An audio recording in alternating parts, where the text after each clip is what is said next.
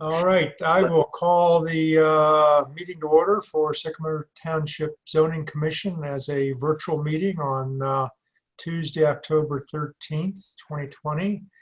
And since we have, normally Bill calls the roll, do we want to have, Ann, do you mind taking roll on the Sure. commission and any actions we take? Sure. Roger Freeman Is absent, Mr. Barrick, present? Mr. Meese, absent, I believe, Yes, correct. and Mr. Roos, Present. and Mr. Swanson, Present. and myself, present. Okay. All right, so we have a quorum, and so I will take responsibility for running the meeting this evening. First item on the agenda, I believe we have to do a motion to authorize electronic signatures for any actions taken by the commission. Is that correct, Skylar? Yes, we still need that to be approved at the beginning of every meeting. And I will move that we authorize electronic signatures for our meeting this evening. I'll second the motion. Okay. Okay, all in favor? Aye. Aye. Any opposed? Oh, I'm I also, sorry. Any opposed? Okay, I think we are unanimous on that one. And then second item was approval of the minutes of September 14th meeting. Do I have an motion to approve those meeting minutes? I'll make a motion that we approve the minutes from the meeting from last month's meeting. I will second that, the motion to approve that. Okay, and any discussion on that? I guess I didn't ask that before. Do we have any corrections to make? I did not note any. Okay. I didn't either. Nor did I. All right, with the motion in place then, and that discussion, I'll ask for a roll vote again. The roll vote then would be Mr. Barrick, Aye. Mr. Roos, Aye. Mr. Swanson, Aye. and myself, aye. Okay. All right, under old business, we have case number 2019-20MA, and it's my understanding that is to be continued. Is that correct, Skylar? yes, sir, until further notice. Okay. And then we have one case on the agenda this evening under new business. This is case 2020-06P2, and that's located at 11573 Deerfield Road. And the applicant is requesting a PUD2. So, Mr. Miller, do you mind introducing the case to us? Yes, sir. I've got a presentation here. I'll put it up. Give me 1 second.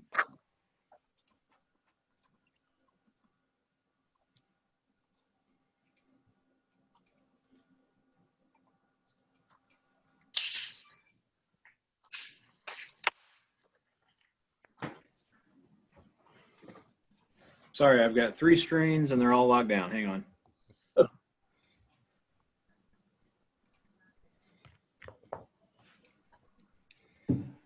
All right. Well, good evening again, everybody. As Mr. Barrick just stated, this is case number 2020-06P2, applicant Brian Dole, location 11573 Deerfield Road. This is actually an interesting case that we have tonight because the applicant's plan is actually straddling the border between Sycamore Township and the city of Blue Ash. So, since this is a PUD2 and some aspects of the development are going to be on the Blue Ash side, we kind of have to look at this through 2 different lenses.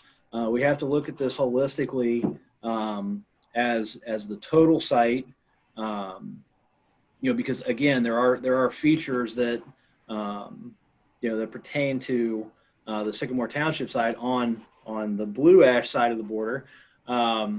But from a zoning perspective, we're only approving and have authority to make recommendations as it pertains to the Sycamore Township side. So I just kind of ask everybody to have kind of both lenses on tonight, if you will. The total property is 2.16 acres, with just over an acre of that being in Sycamore Township. I apologize here, got that number messed up.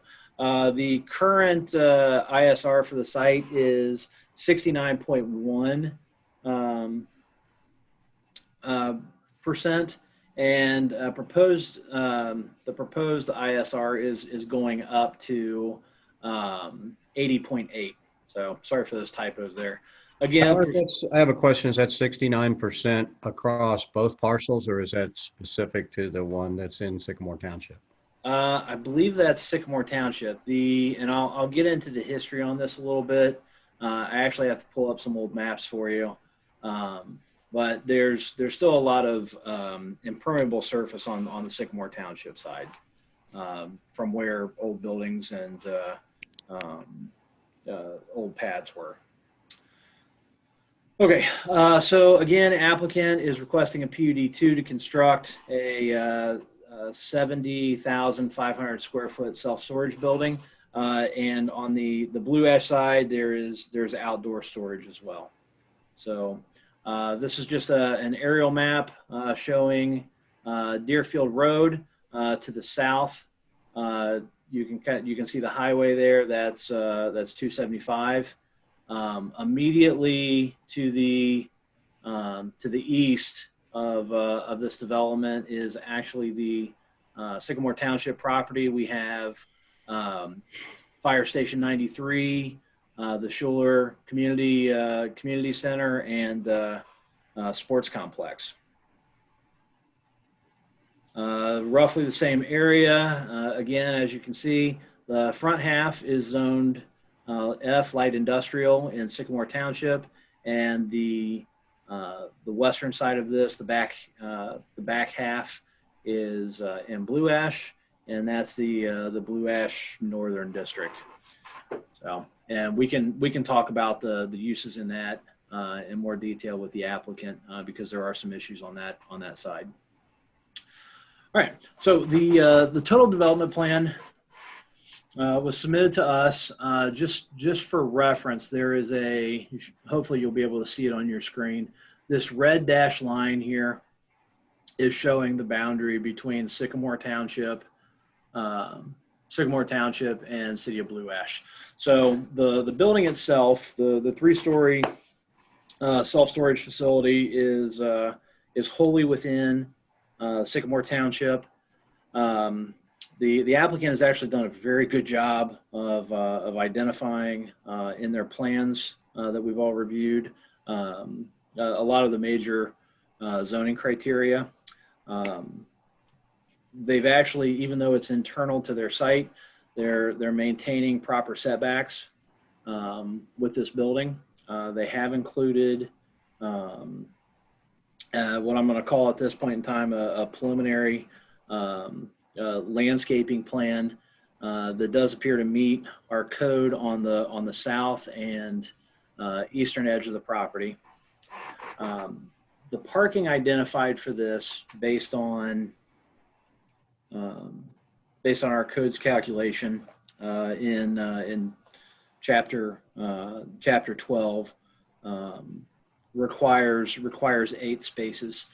So they are showing that there would be 11 dedicated spaces to serve this building. However, they're going to be on the Blue Ash property. Is there a question? No. Oh, okay. So we've got the first 7 right here, which are just standard parking spaces, and then you have another 4 here. The proposed parking area that would actually be part of the storage lot would be along the I guess this rear boundary area up against the detention basin, and then along the highway here. And it looks like we've got 2 spaces here as well. So there are 2 ground signs indicated on this plan. I'll actually jump to, let's see here. Oh, I think I may have cut that off. Let me actually pull up the the actual plans for the site.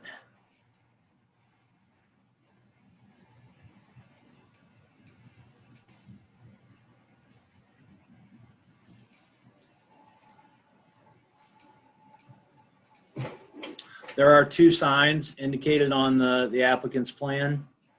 The first one is a ground sign right here at the entrance. If you can see me highlighting that area. It's just shy of 32 square feet of sign face with a block base. And then the second sign would be on the facade, building sign, facing the highway on the south elevation, which would be right here at the corner. Actually, is there a?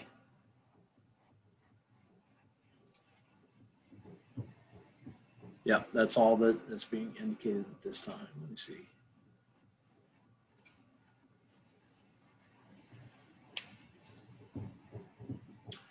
And the wall mounted facing, it's just over, I'll actually zoom in on this so you guys can see the detail.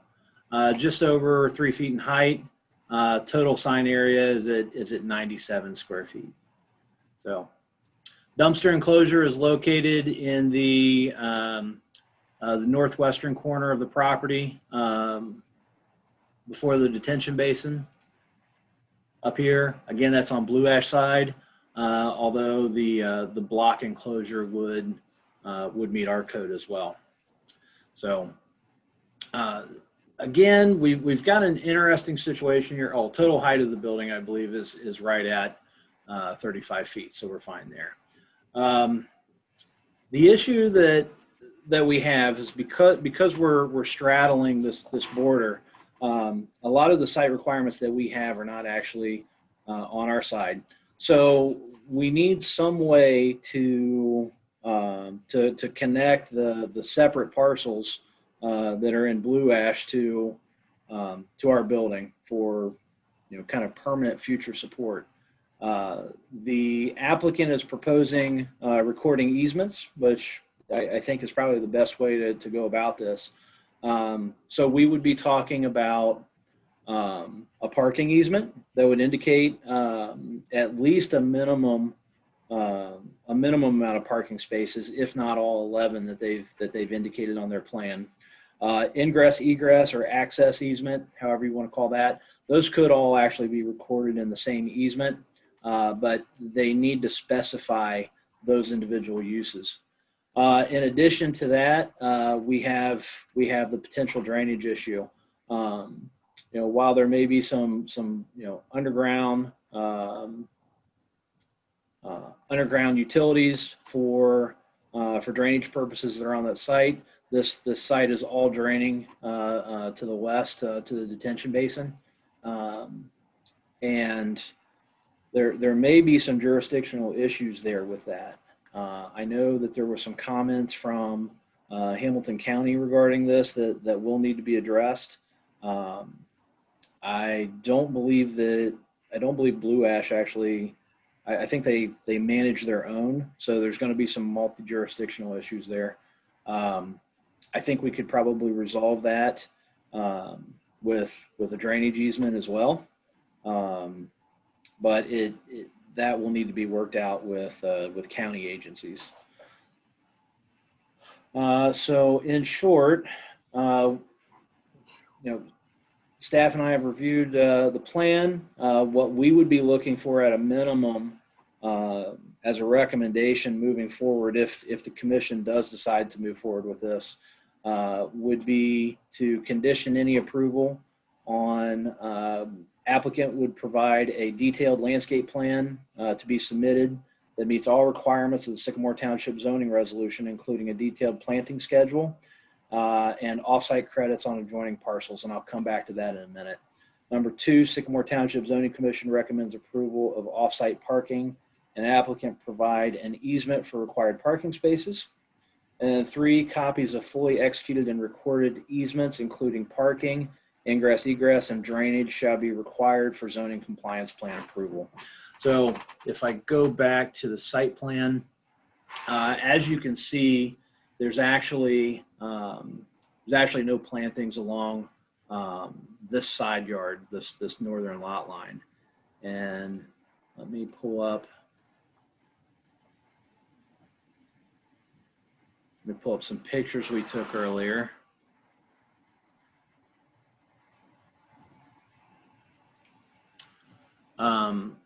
There is a building, as you can see, directly north. It doesn't actually meet our setbacks currently, and you can see on this plan, which is still the aerial here is accurate.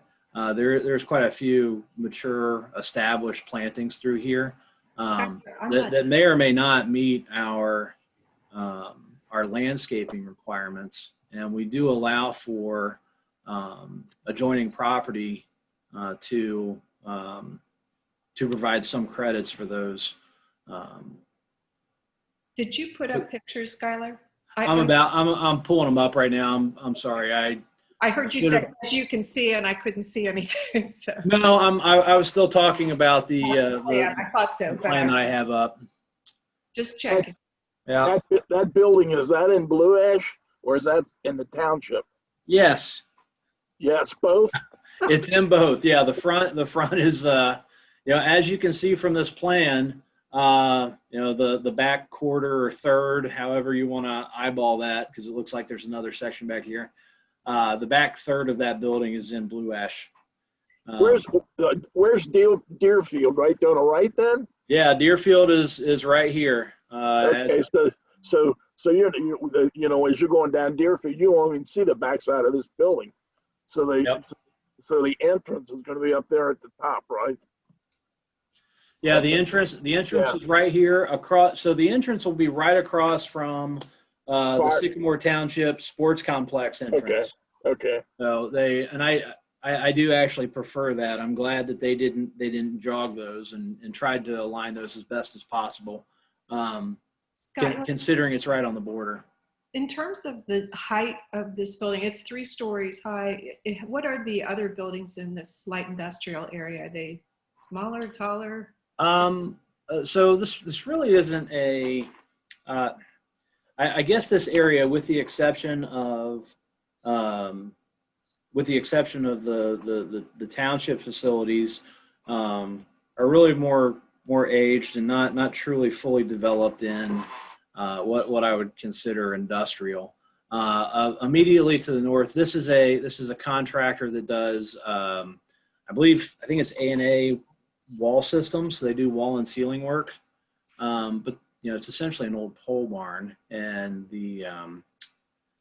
let me see if I can. So Skylar, we have no case history or precedence regarding that particular piece of property that spans the jurisdictions. There you go. No, and it's one thing I'll share with you guys. So very quickly, this is the vegetation along the northern border. It's certainly not manicured and maintained at this point in time, nor would I expect it to be. Kind of given the area and this undeveloped site. There are some established shrubs through here, and then these were definitely at some point in time planted. These are all matching trees in a row, but I couldn't tell you when exactly. So if the applicant were to survey these, identify these on the plan, I could theoretically give some landscaping credit, and it's fairly well an opaque boundary as far back as it goes. I'm actually going to, just to kind of show you guys the area, I'm going to go off script a little bit here, excuse me. And we're going to go to our Google Maps tool. So any improvement in that area would be greatly a great improvement. Yeah. I know that whole area through there is really down and old. I mean, sure. So I mean, we have a small business here, just under the underpass. That's a dog groomers.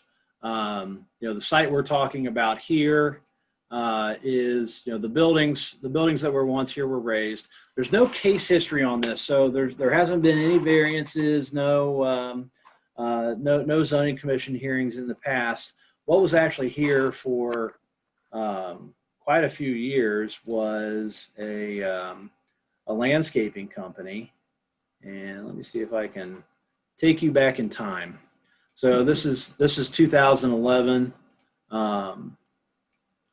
You have an old house here that I believe was converted to, actually, Kevin, history on this. Was that actively used as a residence, or was that just the office for the landscaping company? I believe it was kind of both. That was the old Kelly Green site.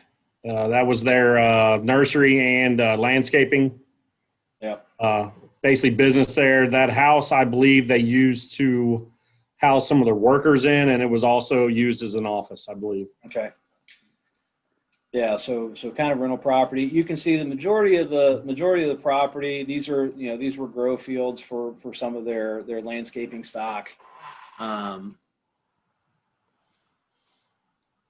North of the house itself, there was just a utility building, a storage building, and then also to the rear of the site as well. So that's since been raised. So moving along the corridor here, like I said, we've got Sycamore Township, Station 93. This is the wall systems. These other buildings up here, as we kind of get away from the township, because, well, let's see here. Now I got to turn around a little bit as far as boundaries. But anyways, as we go up this way, you can see you've got predominantly one-story buildings, one-story metal frame that might have either, I don't think those are second story, I think they're just high ceiling. Do have some two-story office complex as you get up here to Kemper Road, but that's really not wouldn't even really consider that in the same region. So it would be a tall building relative to everything else in the area, but it's also, I realize it's not immediately adjacent along Deerfield Road to the highway, but this back area is. So, if you're on the highway itself, that's certainly elevated. So the building would be off this direction and would be visible from the highway. Okay. Interesting. Yeah. Yeah. I mean, this whole thing, it's an interesting project. The challenges of this being, in two jurisdictions, is honestly, it's a new one on me. Well, without the easements for the parking, then we'd have a problem with with parking with that building, right? Yeah. Yeah, it's actually one of the reasons why I actually worded that the easements needed to be executed and recorded prior to zoning compliance plan submittal. We really need some assurance that the Blue Ash side of this project is going to fully support this building into the future in perpetuity. So I think those easements, that's the easiest path for the applicant and property owner to provide that assurance. But I don't want to go too far out on a limb with our approvals. That zoning compliance plan is, once we stamp off on that, they have the authority to move forward with getting a zoning certificate and building permits. So to me, that's I guess that's the point of no return, or our trigger point, so to speak. Skylar, So, timing wise, I think that's reasonable for the applicant and necessary for us. Skylar, can you help us understand what Blue Ash's next hearing is covering? So, yeah, I mean, I can, and I'd actually like the applicant to speak on that a little more. It's something I was trying to, I called Blue Ash 5 times today and also on Friday to try and get a handle on this from staff's perspective. And I don't know if they're in, kind of a COVID, some kind of COVID isolation issue or what, but I could not get them on the phone. But long story short, there's it's my understanding that Dan Johnson, the community development director, has made a determination that the outside storage is not a permitted use in their district. So the applicant did make an appeal of that to Blue Ash's zoning board, and I don't believe that they were successful last night. However, I don't know what the appeal process is for. I don't know what the appeal process is for Blue Ash, and that's something that the applicant will have to deal with independently of Outside storage of vehicles? Yeah. So what I'm envisioning here, you can see these are 40 foot. Are they 40 or 40? They're 40 foot typical. So 14 by 40. Again, You're looking at boats, campers, RVs. And where are they going to be on this piece? I don't have any images up on my at this point. Can everybody see the plan that's up right now? Yes. I can see Yes. it. I don't Yeah. know. Maybe you need to, there's like a button you can push to be able to see both the people in the meeting as well as I can see the people. I haven't seen. I saw it a little originally. chooser up on the top that'll allow you to see both, I believe. Okay, we'll try. I'm not seeing that. While Ann's doing that, Skylar, is there a process where the applicant can meet jointly with representatives from both jurisdictions in order to hash out some of these details? Yeah, I mean, I offered that at the beginning of this process. Because of how well contained the building was on our site, I don't think it was necessary at this stage. And like I said, I wasn't able to get a hold of the Blue Ash staff. So anything we consider here would need to be conditional on the whole project being approved. I mean, things like ISR, detention, etc. So we're reviewing this as a PUD too because of the high ISR. We're at almost 81% impervious surface. So that's why it's a PUD too. The conditions that I mentioned earlier are at a minimum what I would recommend to move forward with this. The landscaping plan that's submitted, I think while a good preliminary plan does need more detail, they could either submit that additional detail to the Board of Trustees, or it could be part of the zoning compliance plan. That's something that the applicant and I can talk about. If they're not going to add any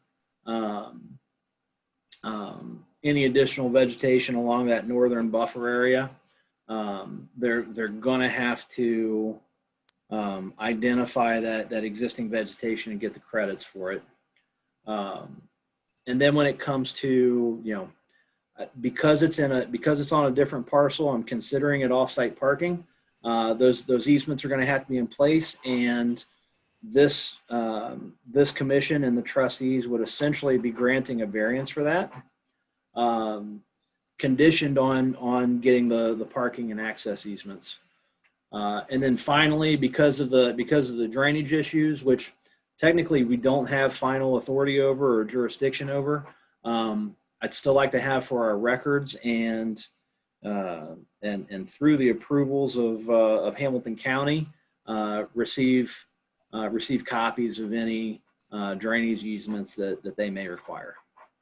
So I'll be in contact with them. Skylar, will we add a fourth condition to meet the requirements of the Hamilton County engineers as to grading, right-of-way, clearing, et cetera? We can add those, but they're already an automatic. This board doesn't supersede any Hamilton County agencies, so they have jurisdiction over that. We can certainly reiterate it, but it's not necessary for them to have full authority over their aspects of this project. Yeah, our authority is limited to the zoning resolution. Okay, thank you. The other a fourth condition that we may or may not want to put on this is successful approval of the plan as is from City of Blue Ash. The issue is if Blue Ash makes them substantially alter the plan in order to accommodate their regulations, that may or may not have an adverse impact on our side of the site and our considerations for approval. Yeah, that makes sense. And it seems like the approval of Blue Ash would be that it meets the requirement, that it does not go contrary to the requirements as laid out by the township. Yeah, so we can talk about some language for that. Skylar, a couple of questions. You referenced a minute ago parcel boundaries. So that is a separate parcel in Blue Ash. Is that correct? The city limit is actually a parcel boundary also? Yeah, I'll come back. You can actually see there's actually several parcels. So this is a separate parcel. This area here. Yeah, I see. I'd have to look. I don't know. I'd have to look at cages. I don't know if these two are stitched together or if these are just parts. But there is certainly a single lot for the Sycamore Township side, and then the remainder of the site is in Blue Ash. Okay. So another reason I'm calling it off-site parking. Okay. And then regarding the even though functionally it's not. Regarding the landscape to the north, since that's existing and they're going to be reliant on that being in place, should we not request an easement or shared agreement with the neighbor to the north? Because we had a recent case not that long ago that the adjoining parcel or someone went in and removed some trees. Since that parcel to the north does not have that recorded as an approved site plan landscape, they could take those down and we would be helpless in enforcing anything. But if there was some sort of agreement, then if the adjoining property owner took them down, then there'd be some responsibility to replace under zoning. Right. So I don't believe that we would be able to require an agreement from that property owner to the north. They're not the ones that are asking for the application. If you're saying that you will only give that credit based on successfully securing that landscaping easement, that's something to consider. I will say if I guess I can pull it up here. If you refer to my staff report, I did highlight some pertinent sections of the township zoning resolution discussing boundary buffers. So I guess what I'm referring to here, let me see, is this 14-6.6. So existing landscaping on adjacent parcel. When the adjoining parcel has an existing, I'm going to paraphrase here, has existing landscaping within 10 feet of the developing parcel boundary, which this would be, that fulfills the buffer requirements of the developing parcel. The existing landscape material on the adjacent lot may be used towards the requirement of the boundary buffer required for that boundary edge only. All credits for the existing landscape material must be in accordance with section 15.6. and other related chapters. Any additional landscape necessary to meet the boundary buffer requirements shall be added. If there comes a time when A&A Wall wants to redevelop that site, or they sell off that site and they develop it, the same landscaping and buffer yard requirements are going to be in place. If A&A takes that out, they would be subject to replacing that at time of new development, whether there's an easement there or not. So, well, I guess my concern would be that A&A does not redevelop the site. Let's say, let's say they go on forever, or the building gets sold and used by someone else.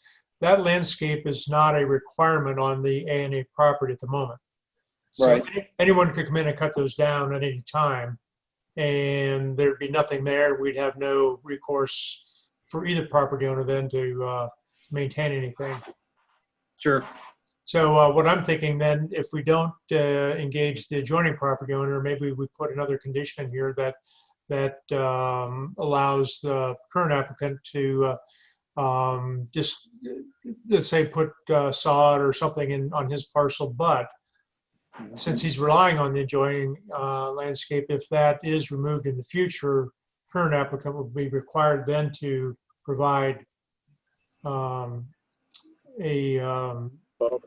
boundary. Yeah, there's probably not enough. The way this design, the way this site is laid out right now, without that credit, and actually let me. Skylar, while you were addressing that, what does the zoning compliance say about the ISR actually for this type of a? So the ISR would be permissible as a PUD too. So it falls within the threshold of a PUD too. So this site plan simply requires the approval, or maybe not so simply. It requires the approval of zoning commission and board of trustees. Okay. So it's not, the fact that it's going all the way up to 80 is not a problem as long as we approve it. Exactly. Yeah. So is there without having that particular part of the code in front of me, if the applicant was coming in and they were at less than 50% impervious surface, they wouldn't even be coming in front of the board. They would just be getting permits, right? Because they meet the 50 is our target generally. Well, it's not necessarily.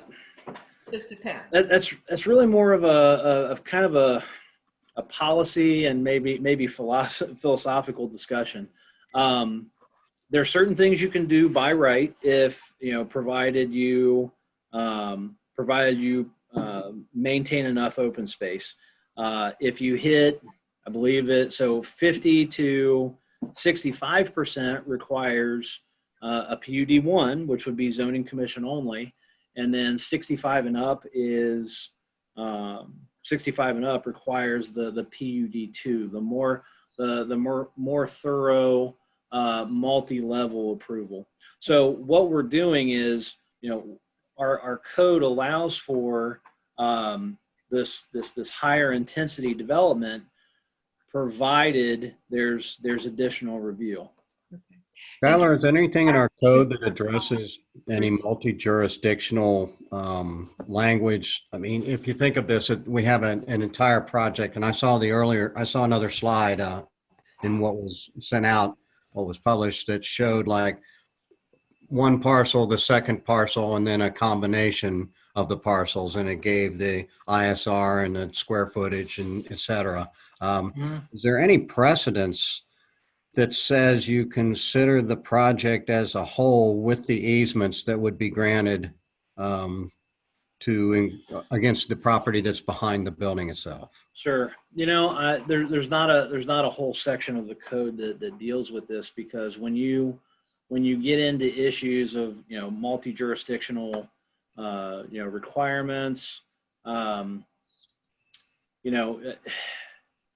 you're really just talking about too many hypothetical scenarios that I think can be easily and properly codified. That's why we have these PUD reviews, that allow for that allow for kind of open discussion, some give and take, if you will, and considerations for the total site.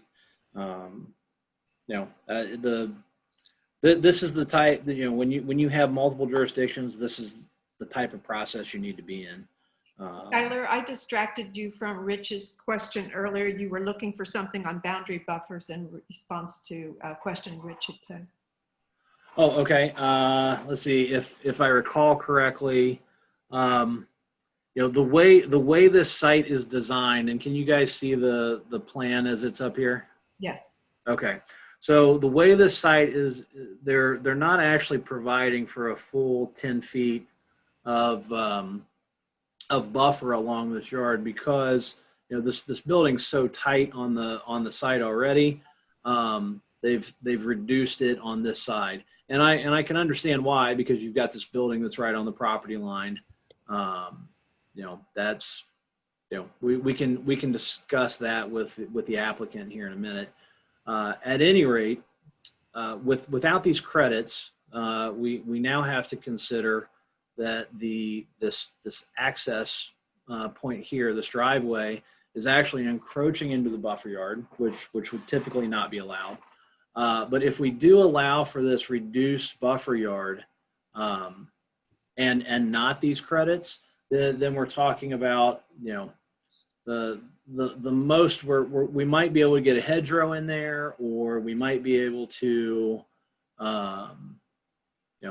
just require, they already have fencing that goes along this northern boundary here, extending the fencing, or having a privacy fence on the Sycamore Township side as a substitute barrier. That way we're not reliant on an adjacent property to provide that landscaping. So that would be, if they can't secure the landscaping easement, then they can do this, without modifying their plan too much. That might be an accommodation that we could discuss with the applicant.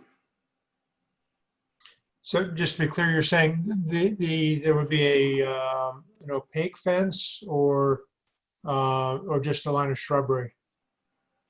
Well, I think the most you're going to be able to get in here, because like I said, this is probably, I don't see an actual measurement on this, but I'm looking at approximately a 5 foot green strip through here. So with our buffer yard requirements, it needs to be at least 10 feet. So without the credits, we're allowing the drive to encroach into that buffer yard. And if they can't secure or if we don't accept the credits, then they're going to have to provide something else. That can either be a skinny hedgerow or an opaque fence of some sort. And just a question here now as I look at this, it looks like they've got a 30-foot drive, two-way drive, which is overly wide. Typically, like they have out front, a 24-foot drive, I think two-way would be normal, right? So that seems like that buffer could be larger, at least part of the way back. I ideally would like to see something a little nicer out, let's say within, back to the building line or something. And the further back you get, maybe boundary becomes smaller. Sure, and I think again, applicants here, we can talk about this, but the extra wide driveway is probably accommodating those larger vehicles that they have. Then again, you don't need extra wide lanes on the highway. Right. So that's a conversation for the applicant. Okay. I had one other question. Maybe we can have the applicant come up next. I saw in the aerial there was a billboard out there, so I assume the billboard gets removed. Yeah, there is currently a billboard on site. I do not see so that is in the city of Blue Ash, I believe.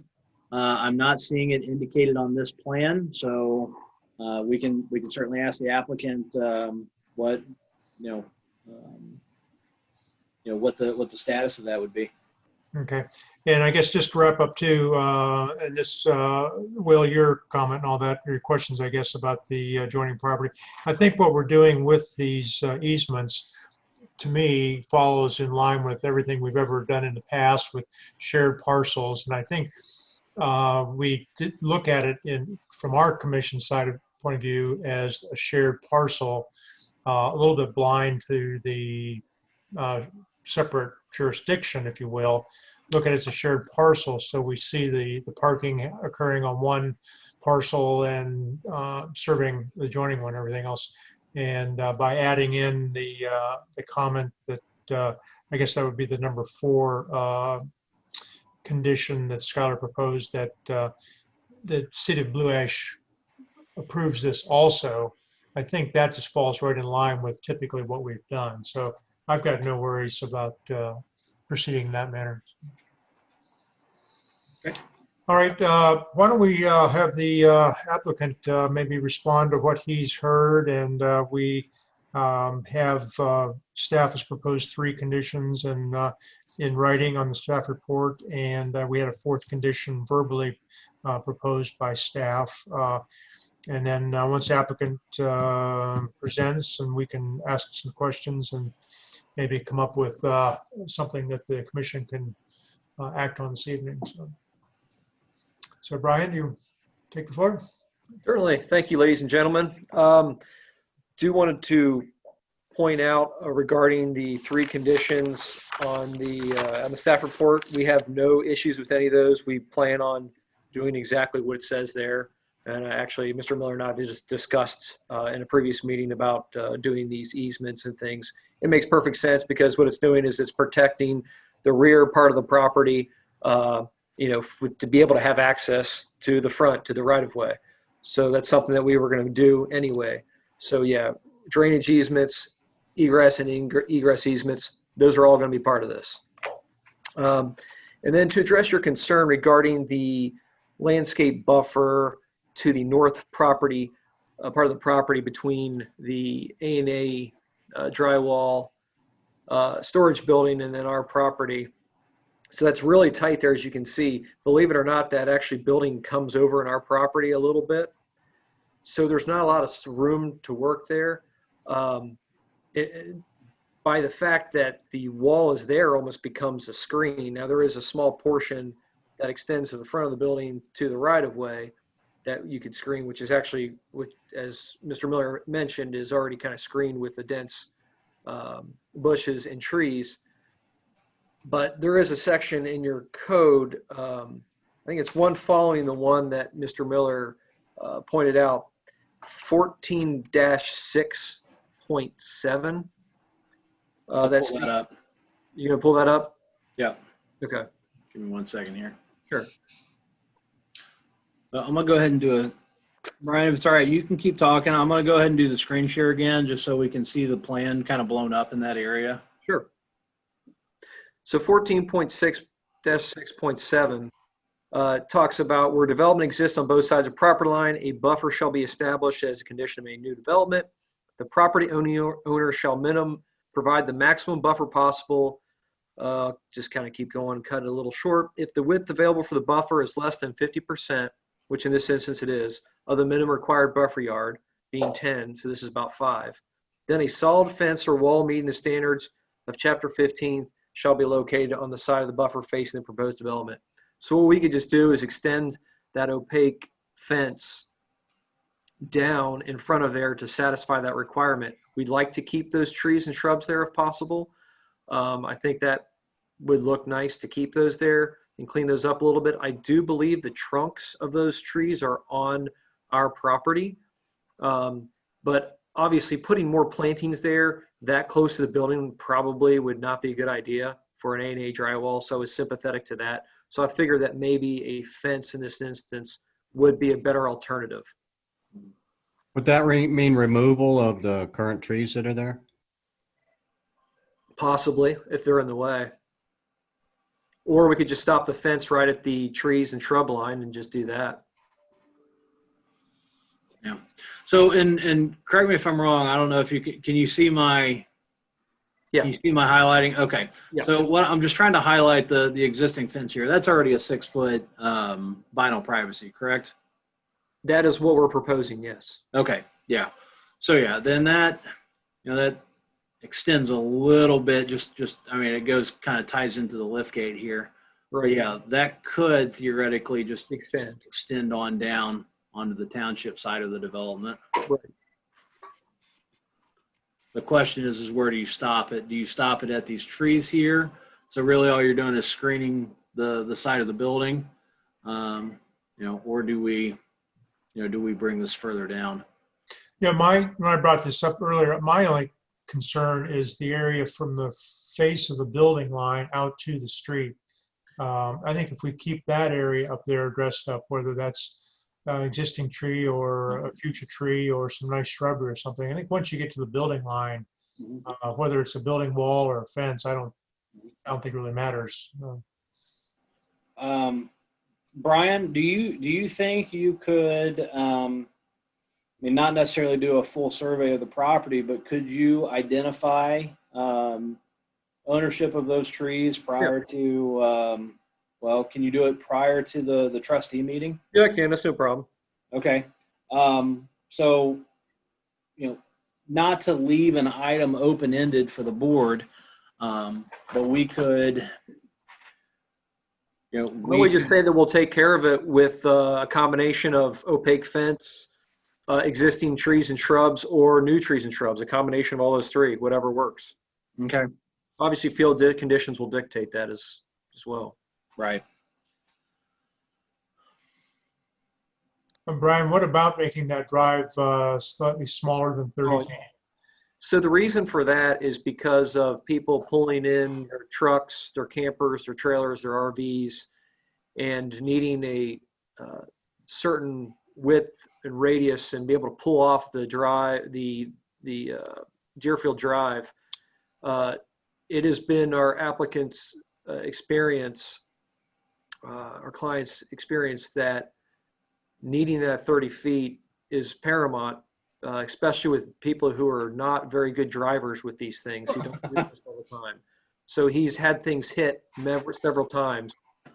He actually is going to be putting bollards on the corners of these buildings to protect the buildings from crazy drivers and other protections in place. So that 30 feet is paramount to be able to have the adequate maneuverability for these vehicles.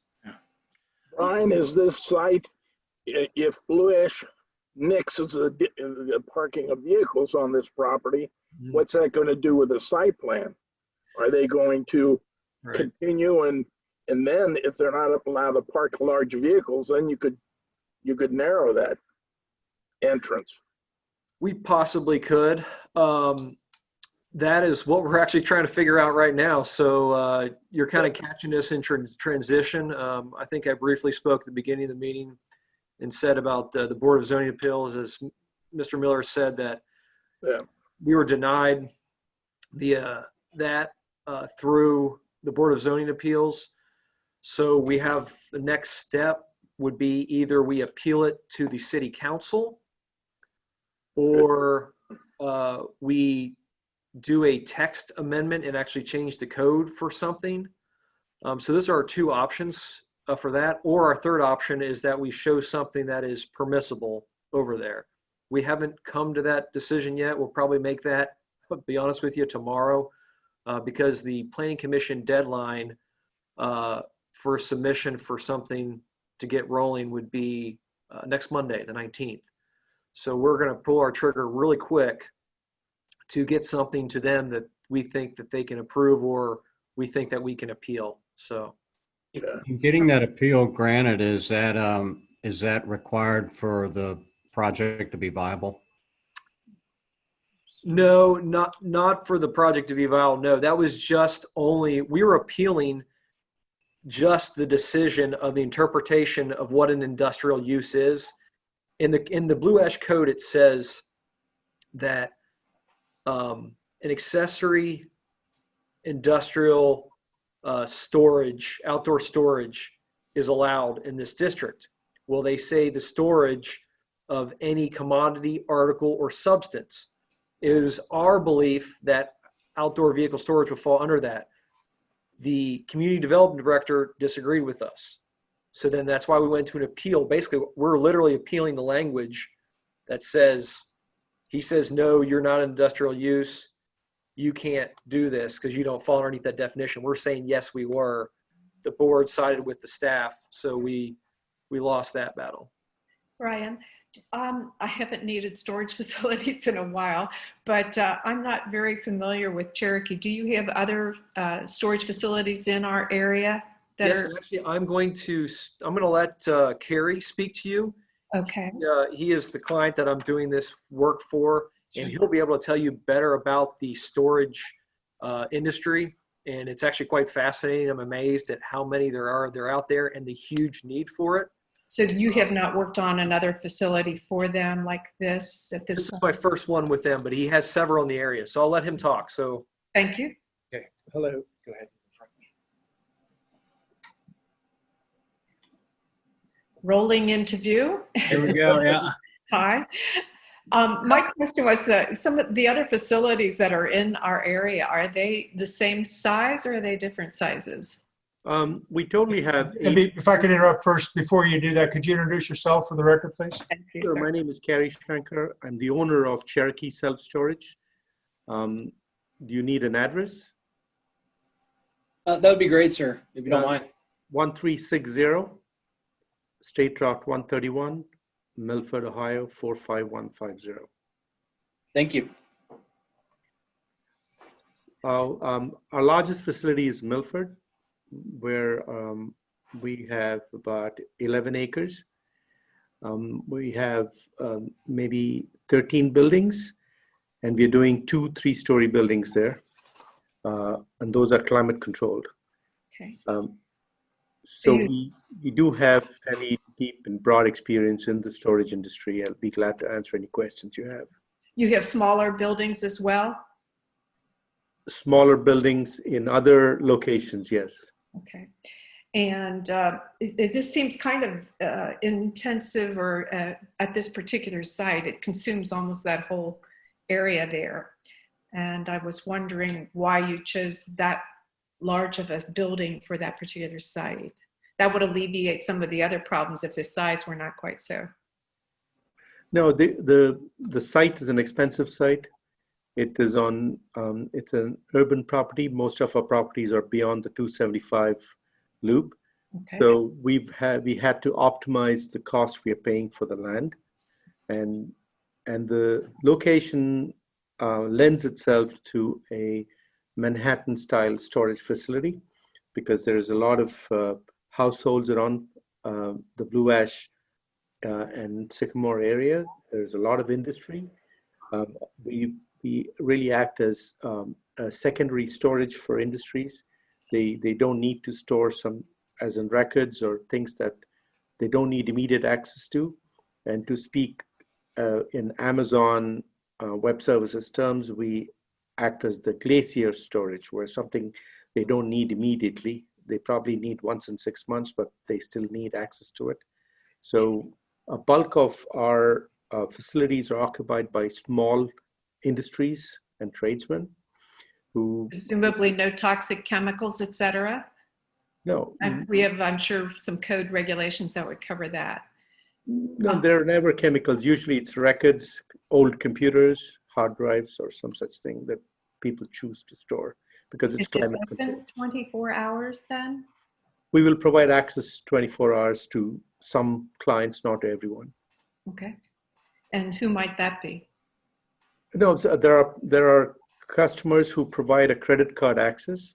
Okay. So if they provide a credit card, we'd be able to provide them 24/7. There are others who only want to pay by check. We don't provide. It's just something we do. Thank you. Thank you. Any other questions?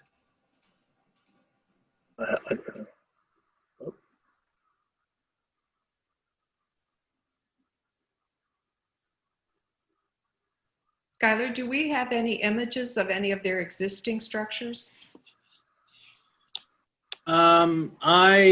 So there were not any submitted. I mean, aside from a Google search, the other sites are more rural in nature, so they're smaller. I guess I'd say traditional, self-storage facilities. Did you refer to this as did you say New York or Manhattan style? Yeah, because Okay. that's, in Yeah. Chicago and Manhattan, this is the way storage is. Yeah, I don't believe any of the others are quite like this. The others are what are called drive-up self-storage facilities. Yeah. Thank you. Thank you. Do we need to address who might be storing and what they're storing in these buildings, or is that covered in another sense or another fashion? Yeah, I mean, that would be, that would be covered under, typical, zoning language. So you wouldn't be able to store hazardous material here. There's zoning and building codes against that, fire code. So you believe that's covered without making it a condition? Yeah, I mean, I wouldn't want to be redundant on something like that. I think those protections are already in place. Okay, thank you. I have a question for Brian. Has the design and the layout of the project been primarily driven by the jurisdictional divide? Yes. Yes, there's several times where we would love to put that building a different way or straddle that line, but we don't have that ability to without putting a firewall there or annexing the property, which we don't want to do.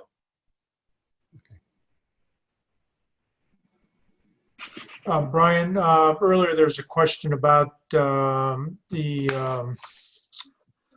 impervious surface ratio. What it was for the entire site compared to just the Sycamore Township side. Do you have better numbers on that? Yeah, I have that on my information on the side of the plan, I believe.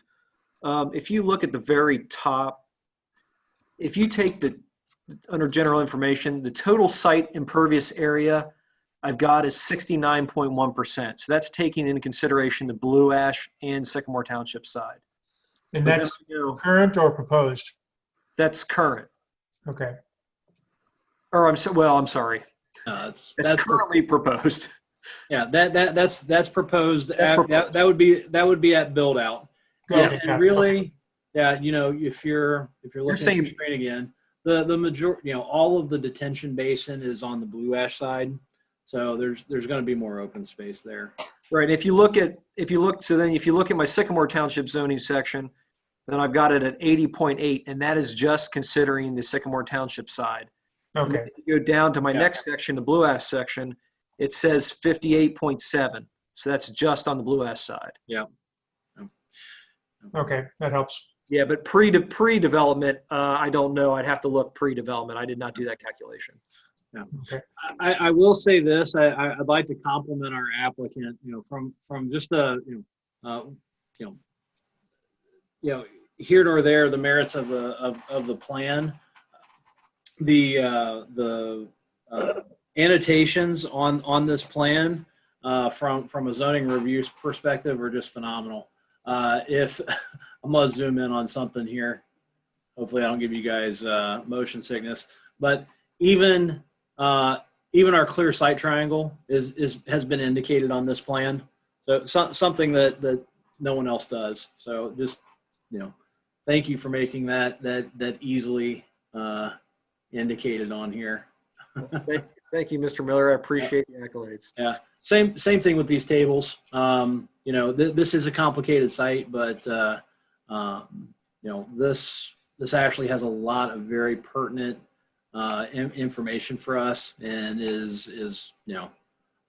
it's great to be able to see the Sycamore Township side as well as the city side. Yeah, I agree, Skylar. It's the best I've seen in my year. In a long time, yeah. So I did have a couple questions about the fencing, Mr. Dole, if you don't mind. Yeah. So this fence along the perimeter of the property, southwest, north, that's 6 foot vinyl, correct? So that's going to be that's going to be a 6 foot vinyl privacy fence, correct? Correct. Okay, you are indicating on the front, and I'm going to zoom back in here.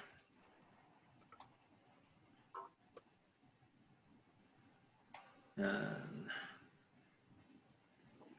may have zoomed in a little too far. Hang on. No, you're right there. There we go. Okay, so there's a gate here, and then we actually have a fence that's going to come out pretty close to the property line, Right. to secure this frontage here, because you do have roll-up door access along the front of the building, Correct. and that is aluminum fence. Correct. So I didn't see anywhere in the plan, any elevations of that fence.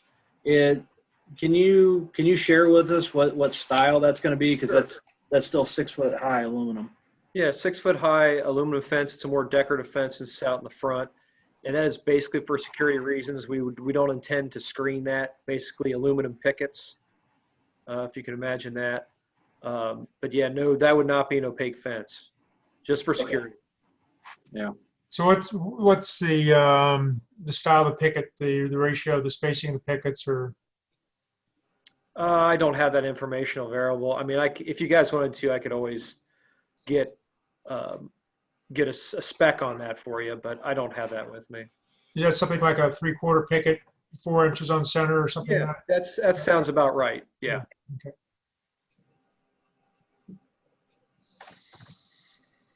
Okay, any other questions for the applicant? I don't have anything. Okay, and Skylar, do we have anyone from the public dialed in this evening, or any way of telling that? So we actually had 2 members of the public that requested access. I provided it to them a little bit before the meeting. One emailed me and said that they weren't able to attend, and I haven't heard from the other. So we do not have any members of the public that actually made it in, but there were requests. No concerns were were discussed with me. So I think they were just interested parties, not necessarily. Well, I won't speak for them, but they certainly didn't pass on any concerns to me. Okay, and just for the record, I will take any questions or comments from the public at this time, if there's anyone in attendance. Which, hearing none, we'll move on. So I guess next step is taking a motion based on what we've heard this evening, if applicant still wants us to proceed, or our other option at the moment would be to table this if you feel it's more appropriate to work things out with Blue Ash first and then come back with a final plan. That's kind of your option at this point. I would like you to go ahead and proceed. Okay. Move then that we consider case number 2020-06P2 with the 3 stated conditions in the staff report, and the 4th condition that it would be conditioned on the successful approval of the plan as is by Blue Ash. And any, if I may, can I ask that be amended, that Doesn't have to be amended yet. I can finish. So tell me what you'd like us to add. Yeah, and any substantial alterations to the Blue Ash plan, how should I say this? Shall be incorporated into the, shall be shown on the zoning compliance plan. All right. Well, should we not Leave it conditional. I'm thinking we number 4 condition references a plan that's substantially the same as what we're looking at now, because if Blue Ash requires something quite different, we are relying on Whatever. what's on that I'm side. sorry, that's what I meant. I got ahead of myself. Okay. Yeah. So the 4th condition would be the successful of the plan as it is substantially been presented to us from by Blue Ash. If it significantly is changed, then it would not meet one of our 4 conditions here. Yeah, Correct. okay, I can work with that. So we need a second. I'll second the motion. Okay, Steve. Okay. All right. And I guess I'll open up for discussion, but I would like to throw out one comment as we go through the discussion. I would like to see something addressing the the buffer to the north in some manner, but we can talk through that. So start off, Steve, any comments you want to make on what we've seen? No, I believe the plan is a good plan, as long as the the buffers are addressed. Otherwise, I believe it's a good plan. Okay. And any other comments? If this were not a shared parcel, I would be concerned about the increase in the ISR. And I'm only stating that because as these properties or acreage becomes more open to newer businesses, I wouldn't like us to make it a common practice to have the ISR that high. But because this is a shared parcel and the complete ISR, looking at both parts of it, is at 69.1, I'm okay with this. Okay. That's a good comment. Thank you, ma'am. And Bill, any other comments? I agree with Ms. Flanagan and Mr. Roos. I think this has been well thought out, and, you know, being a unique situation of spanning two parcels like this in two jurisdictions, it just makes sense that we consider the project as a whole related to things like ISR. Understanding we have a certain jurisdiction, but I think it makes sense. Is the commission on record advising the applicant to address the northern boundary buffer? No, I'm just going to bring that up. We've not done anything regarding that at the moment. So I ask anyone for any further thoughts on the northern boundary, at least within the area up to the face of the buildings. Could you articulate what you would like to see, Mr. Barrick? And I don't think I have any opposition to it, but I was concentrating on different aspects, so I'm not sure I could articulate it as well as you have. Okay. Well, I would suggest that we modify our motion to require one, documenting the existing trees that may be within that area from the right-of-way line back to the face of the building line, and two, that any area that is within the boundary between the parcels, that the applicant provide landscaping, at least of a shrubbery manner, that is compliant with our boundary buffers. I would then move to amend the motion to include this as a fifth condition, Okay. as articulated by Ruth. Do we want to give the option for an extension of the fence in lieu of? I would rather not see the fence out in front of the building line personally. That's fine. And my thoughts behind the building line, I don't care whether it's a fence or existing building structure. In fact, I'd almost prefer no fence and just let the A&E drywall be the visual barrier. Okay, that's fine. Yeah, there is some complexity that apparently the trees could be straddling the property line, and I wouldn't want to see mature greenery torn down to make way for a fence if the greenery itself is suiting the purpose. Yeah, agreed. That's good. Okay, so Ann made a modification to the motion. Do we have a second on that one? I'll second the amended motion. Okay. All right. Any other discussion? Nope, Okay, Ann, you took the roll before, I believe. Do you mind calling roll on this, please? not at all. Mr. Roos, Yes. Mr. Swanson, Aye. Mr. Barrick, Aye. and myself, aye. Okay. So, Skylar, I guess next steps on our side, we'll go to the trustees, correct? Okay. Yeah. Next step, the case will go to the trustees at I believe their next regular meeting is November 5th. So if the applicant would like to modify the plans to accommodate the recommendations of the commission, I can certainly work with him on that. Or these conditions will then be passed on to the trustees, and they could potentially put them in the approval the conditional approval as well. So it depends on, it depends on how we address it. But either way, these will be noted and addressed. Other than that, after successful completion of the zoning hearing, and they receive a resolution from trustees, applicant will have to submit a zoning compliance plan that that addresses all issues brought up by zoning commission and the board. And that's kind of the final PUD step. Okay, Brian, thanks for coming in. Good luck with Blue Ash. Thank you. Yeah, And thanks for your time, ladies and gentlemen. I appreciate it. Thank you. All right, Skylar, I guess next item was our trustees report. Do we have anything of interest here?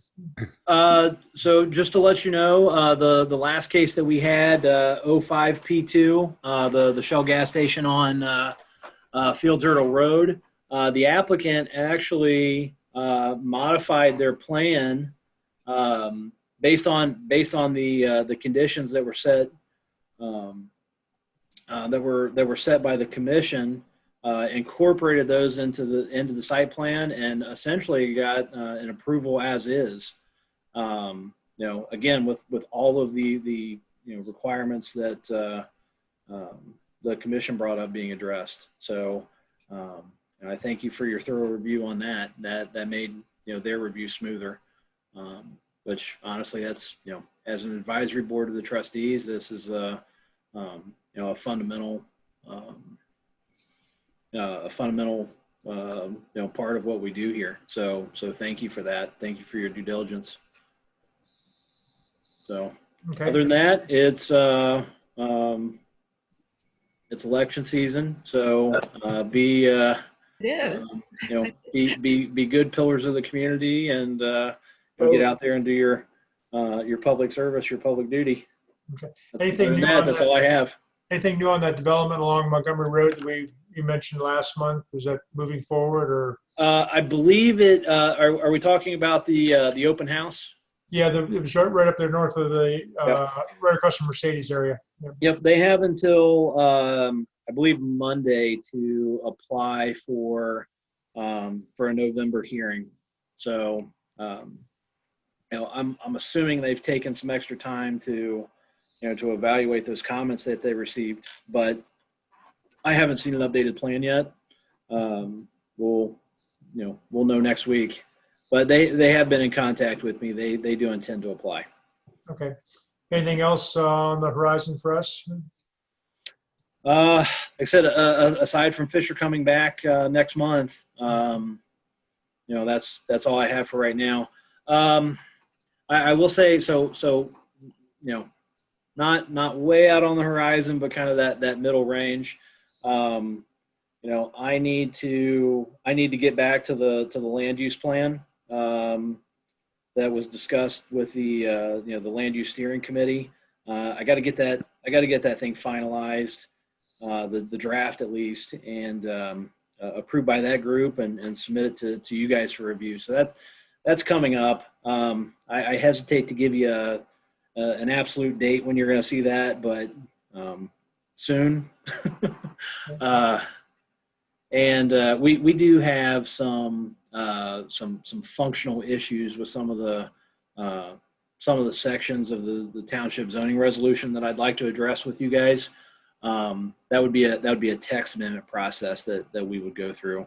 So that's another on my to-do list. Like I said, I'd love to get to these before the end of the year and get them through. I don't want to blame everything on COVID, but some things have been delayed because of that, and then we've had some other issues that have taken up my time. So I do want to get back to those things and get them in front of you. So that's coming. Tyler, was there another case that got pulled off over on Euclid? I saw something and it was Euclid, and it was a a house that was going to be a bed and breakfast? And That's a Board of Zoning Appeals case. That's actually going to be Okay. heard. Kevin's doing the presentation on that next Monday, the 19th. Okay. It's not a true bed and breakfast. Basically, a small. No, that's fine. A small realty company has picked up that house, and they want to do short-term rentals on that. So, maybe they've got a client that's closing on a house, but their house sold out from underneath of them. They need a place to stay for 2 weeks. So, I didn't know. Yeah, it's not functionally a bed and breakfast, but it, based on the lease terms, it would fall in that category.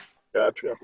Skylar, I have a comment and a question, probably buried way down in your email store right now. I sent you some drone shots of the project on Montgomery Road there across from the Mercedes dealership. I did. Yeah, I saw those. That was excellent. Would be useful in your staff report. Yeah, I wanted to thank you tonight. I just didn't get a chance to yet. So yeah, thank you for sending those. Do you have the drone, or is that somebody else? My son bought me a wonderful Christmas present. Okay. It's a 249-gram drone that I don't need a license to operate. Okay. While I was flying it over that site, though, I became aware that there are some low-flying aircraft, not just within the flight path to Lunken, but general aviation aircraft that were flying about at the same level of my drone, which was up maybe 40, 50 meters. So Okay. I actually had to drop it and move it real quick. And, I don't think it would have hurt the plane any, but it probably would have trashed my drone. Oh, definitely. Yeah.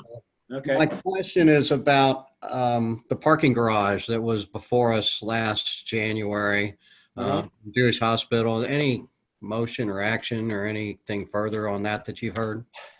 No, this is something I really would love to get off this limbo status with the zoning commission.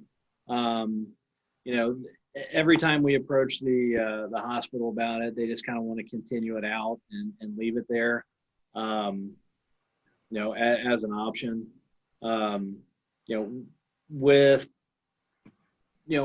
of the issues that's going on right now, of course, is, just south of that site is, CIC, the gallery at Kenwood or the Kenwood Gallery. There's different plans that call it different things. Anyways, that's a very large public parking garage. It's going to be owned by the port.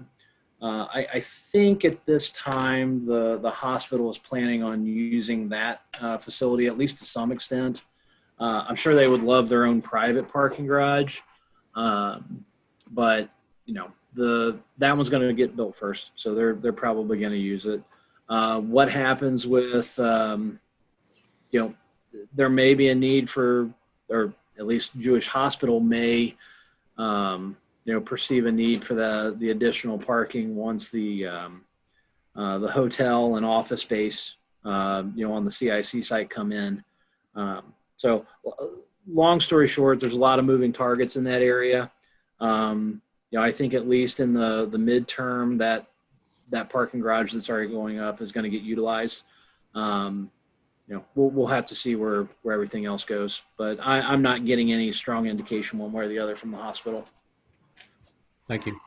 Mm-hmm. Okay, we have a motion for adjournment. So moved. Okay, second? Seconded. Okay, all in favor? Aye. Aye. Opposed? Okay. Think we're adjourned. Next month. Thank you, everybody, so much. Okay. Next month. Good night. All right.